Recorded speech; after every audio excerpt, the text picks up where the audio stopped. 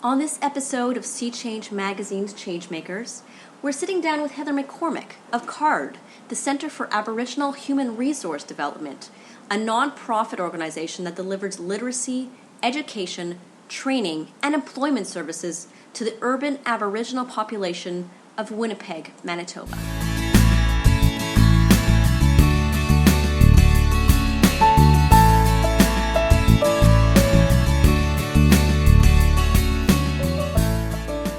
CARD's been around a long time. Can you tell me a bit about when it started and what it's a little bit of history? Sure. It's been around for 30 years. It's gone through a number of different changes. But what it is basically is an employment agency for urban Aboriginal people. And what we've done is looked at what supports and services the community needs to become employable, and we've tried our best to incorporate all of those supports and services in our agency so that we can provide opportunity for our clients to become self-sufficient and employed in good jobs that can support their families. And can you talk a bit about what unique challenges perhaps face this community, Aboriginal community, that maybe Sure. other communities may not face? I think the biggest one is poverty. Most of our community lives in poverty, and with poverty comes a whole host of issues, inadequate housing, access to childcare, healthcare issues. But we also have historically a lot of things that we've had to deal with. So residential schools, 60 scoops, just systemic racism in a lot of institutions in our community and society. So those things have all impacted. There's issues with addictions and abuse and family violence, and not everyone's affected by everything, right. And some people are not affected by any of them, but our students do face those things. But we really feel that one of the best things to be able to help students address those things is education. With an education comes generally better opportunities at employment, and if you get a better job, you have more money, and money won't solve everything, but it helps you get stable housing and childcare, and it helps you to get some of those resources that you need to start moving forward and healing from some of the things that you've experienced. And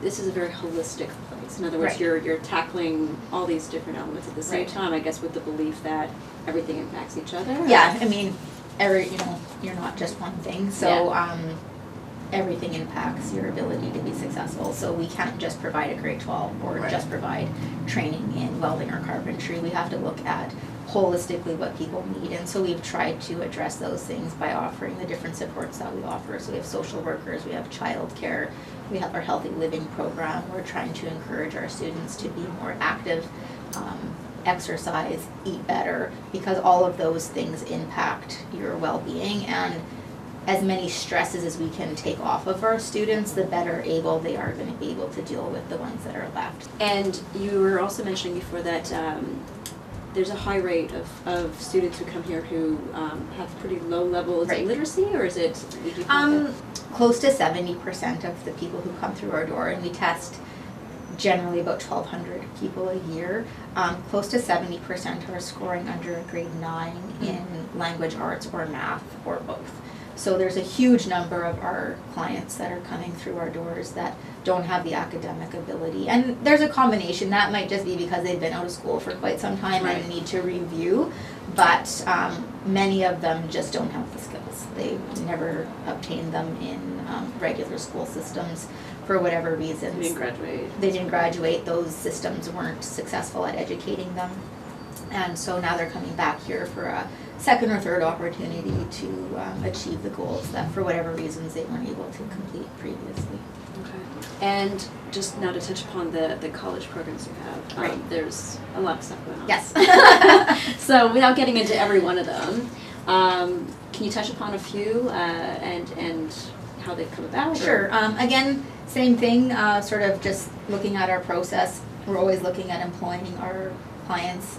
And so we started with literacy, we did the grade 12, and then we thought, well, our students also need opportunities to go somewhere where they can continue to receive the same supports. They have an environment that's holistic, and it's a really strong community. It's smaller than a lot of other post-secondary institutions, and so we looked at offering programs on site so that we can continue to work with those students who might not be successful in regular systems. A lot of our students are, and they graduate from us and they go on and they're fine and they graduate there and they're good, but some of our students like to stay here, and we also offer different programming. So one of our most successful programs is the welding program, right. And so that's a 10-month program, and students learn welding. It's certified through the Canadian Welding Bureau, and they get they can test for up to 14 different positions, and that's a really successful program. When we first started, we offered 4 positions, and people were getting employed, but now we have employers coming to us saying, we hear you guys have a good program, we're looking for welders, do you have anybody you could recommend? And our instructor, who was in industry for years, has some really good connections too, and so our students are getting hired out the door. And like I was saying earlier, some of them are making between $20 and $35 an hour, so that's a really good success story. Yeah. It was one of our first programs, so it's nice to see how it's expanded and it's grown over time. And we have some other interesting ones, the gas turbine repair and overhaul. We have the CNC program. So we're always looking, though, at whatever programs we offer to make sure that there's an opportunity for employment at the end of our training. So if we know that there's been a downturn in a certain industry, we won't run that program that year. We want to make sure that when they're done with us, they have the opportunity to get good paying jobs. And I like the way you said it's not just jobs; it's good paying jobs that you're looking at, right? Yeah, So we're not training for minimum wage jobs. We want to provide training and employment opportunities so that people can support their families and have the type of lifestyle that they're looking for. Yeah, they also have daycare on, right? Did you mention that? Yeah, we have 2 daycares. 2 daycare. So, how did that come about? When we first started our literacy program, and we were doing up to sort of grade 10 programming, a lot of our parents needed childcare, so we had a childcare room, and it was basically babysitters that came in, and the parents would have to come and feed and change their children. But we just lobbied to say this is a need that we have. It needs to be on site so it's easy for our students to access, and it's not, transportation is an issue for our students, so they don't have 3 or 4 bus tickets to get their kids to school or to daycare at separate ones. So we just advocated and with the government and got an on-site daycare. So we currently have 2. We have about 100 spaces for our kids. Yeah. And the other thing that you've made accessible is housing as well. Housing, yeah. So tell us a bit about that. Is that something new, or has it been? It's we've had the housing probably for about 6 years now, okay. And again, we just are always looking at what struggles our students are facing in their ability to graduate and move on. And one of the big things that our community faces, because most of our students are living in poverty, is they don't have access to safe, affordable housing. And, I don't know how many times students have called and said, I can't come in because someone broke my door and I can't leave till my landlord changes the lock, which can take for however long, right? So we just identified that housing was a really important need for our students. And so again, we went to the table and advocated and got partners and got the housing for our students. And that just takes, it's not everyone can live there, but for the ones that do, it's just one less thing they have to worry about. How many students do you have right now? We have 250, okay, give or take. Yeah. And just challenges. What are your biggest challenges in terms Our of biggest challenge is retention. Yeah. Again, just because of the challenges that our students face, oftentimes coming to school every day can't be their priority, or making it their priority takes some time for them to, sometimes it's a lifestyle change, and so, but definitely retention is our biggest issue, but we have all of the supports in place, and we have a really good team that's working with our students, and so we try to connect individually with all of our students. We do follow up constantly to find out, why aren't you attending? Is there something that we can do to help you? If you let us know what's going on, we can probably help you put some supports in place so that you don't feel so overwhelmed.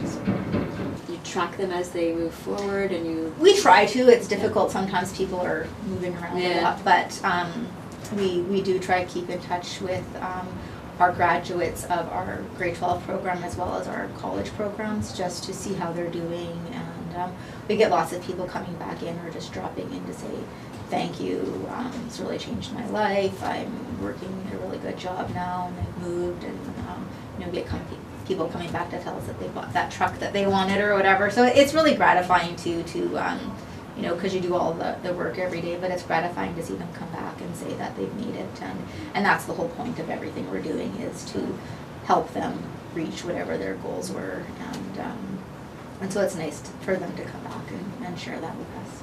And I'm curious, what is your greatest sense of achievement? How long have you been here for? I've been here close to 20 years. I mean, we do a lot of really great things here, and in the day-to-day, I think sometimes we forget the differences that we're making in people's lives, but I think that the 2 times a year that probably are the most for me is we have the 2 graduation ceremonies, so the one for the Adult Learning Center and then for Negan, and you see the students walking across in their caps and gowns with their diplomas, and their children are usually there, which is really nice too, because it's you're seeing the impact that you've had on our students, but you also see the impact then that we're having on the children, because those children now have a better chance at being successful and graduating and not having to come back as adults to try it again. So absolutely. I think that's, seeing those things is the most gratifying.